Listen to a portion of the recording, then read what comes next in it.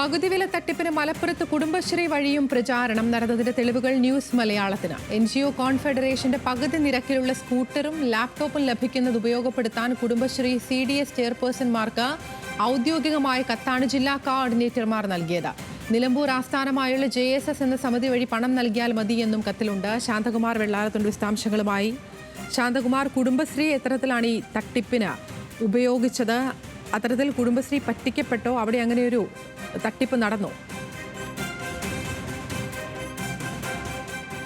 അതിൽ ഇത് കഴിഞ്ഞ സാമ്പത്തിക വർഷം അവസാനിക്കുന്ന ദിവസം, അതായത് 31/3/2024 കുടുംബശ്രീ ജില്ലാ മിഷൻ കോർഡിനേറ്റർ ഇത്തരത്തിലുള്ള ഒരു ഉത്തരവ്, ഒരു കത്ത് CDS ചെയർപേഴ്സൺമാർക്ക് നൽകുന്നത്. അതായത് ഒരു ജില്ലയിൽ ഓരോ തദ്ദേശ സ്ഥാപനത്തിലും ഓരോ CDS ചെയർപേഴ്സൺമാരുണ്ട്. ആ CDS ചെയർപേഴ്സൺമാർക്കാണ് ആ തദ്ദേശ സ്ഥാപനങ്ങളിലെ കുടുംബശ്രീയുടെ പരിപൂർണ ചുമതല. അത് ഓരോ കുടുംബശ്രീ യൂണിറ്റുകളെയും കൊണ്ടുപോകേണ്ടതും സർക്കാർ നിശ്ചയിക്കുന്ന നോംസുകൾക്ക് അനുസൃതമായി അവരെയെല്ലാം മുന്നോട്ട് കൊണ്ടുപോയി വേണ്ടത് CDS ചെയർപേഴ്സൺമാരാണ്.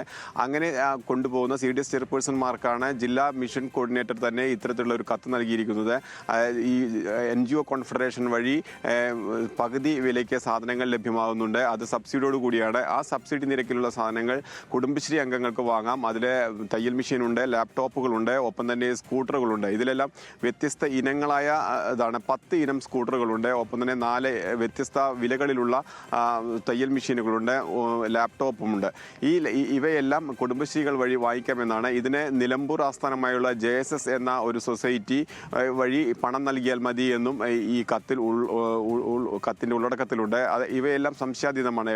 ഈ JSSനെ കുറിച്ചോ മറ്റോ നിലവിൽ പരാതികളൊന്നും ഉയർന്നിട്ടില്ലെങ്കിലും കുടുംബശ്രീ, ഒരു സർക്കാർ ഏജൻസിയായ കുടുംബശ്രീ ഇത്തരത്തിൽ ഈ NGOകളുടെ പണം വാങ്ങിക്കുന്നതിന് വേണ്ടി ഒരു ഉത്തരവ് നൽകുന്നത്, ഈ CDS ചെയർപേഴ്സൺമാർക്ക് ഒരു കത്ത് നൽകുന്നത് ഇത് ആദ്യമായാണ് പുറത്തു വരുന്നത്. അതായത് സർക്കാർ ഏജൻസിയും ഇത്തരത്തിലുള്ള തട്ടിപ്പിന്റെ പ്രചരണത്തിന് ആയുധമാക്കിയിട്ടുണ്ട് ഈ സംഘടനകൾ എന്നുള്ളത് തെളിയിക്കുന്നത് കൂടിയാണ് ഈ കത്തിൽ സൂചിപ്പിക്കുന്നത്. അതുതന്നെയാണ് ഏറെ ശ്രദ്ധേയമാവുന്നതും. ഇതിൽ പരാതികൾ ഉയർന്നിട്ടില്ലെങ്കിലും പക്ഷേ ഈ പരാതികൾക്ക് ഇപ്പോൾ ഉയർന്നു വന്നിട്ടുള്ള പരാതികൾക്ക് ആധാരമായ സംഭവങ്ങളെല്ലാം ഉണ്ടാകാനുള്ള സാധ്യത തള്ളിക്കളയാൻ കഴിയില്ല. കാരണം ഇതൊരു കുടുംബശ്രീയുടെ നിയന്ത്രണത്തിലുള്ളതായതുകൊണ്ട് തന്നെ പരാതികൾ പുറത്തു വരുന്നതിന് നിയന്ത്രണം ഉണ്ടായിരിക്കും. അതൊരു പ്രധാനപ്പെട്ട ഘടകമാണ്. അതിൽ ഏറ്റവും പ്രധാനപ്പെട്ടത് ഈ കുടുംബശ്രീ അംഗങ്ങൾ കുടുംബശ്രീ യൂണിറ്റുകളിൽ നിന്ന് തന്നെയാണ് വായ്പ എടുക്കുക. സാധാരണ ഇത്തരം സാഹചര്യങ്ങളിലെല്ലാം അത്തരം വായ്പകൾ എടുത്തിട്ടുണ്ടെങ്കിൽ അവയെല്ലാം നിയന്ത്രണ വിധേയമാക്കാനും അല്ലെങ്കിൽ അവ പുറത്തു വരാതിരിക്കാനും കുടുംബശ്രീയും വലിയ തോതിൽ ശ്രമം നടക്കുന്നുണ്ടെന്ന് തന്നെ മനസ്സിലാക്കാൻ കഴിയും. ഇതിൻ്റെ കൂടുതൽ വിവരങ്ങൾ പുറത്തു വരാനിരിക്കുന്നതേയുള്ളൂ.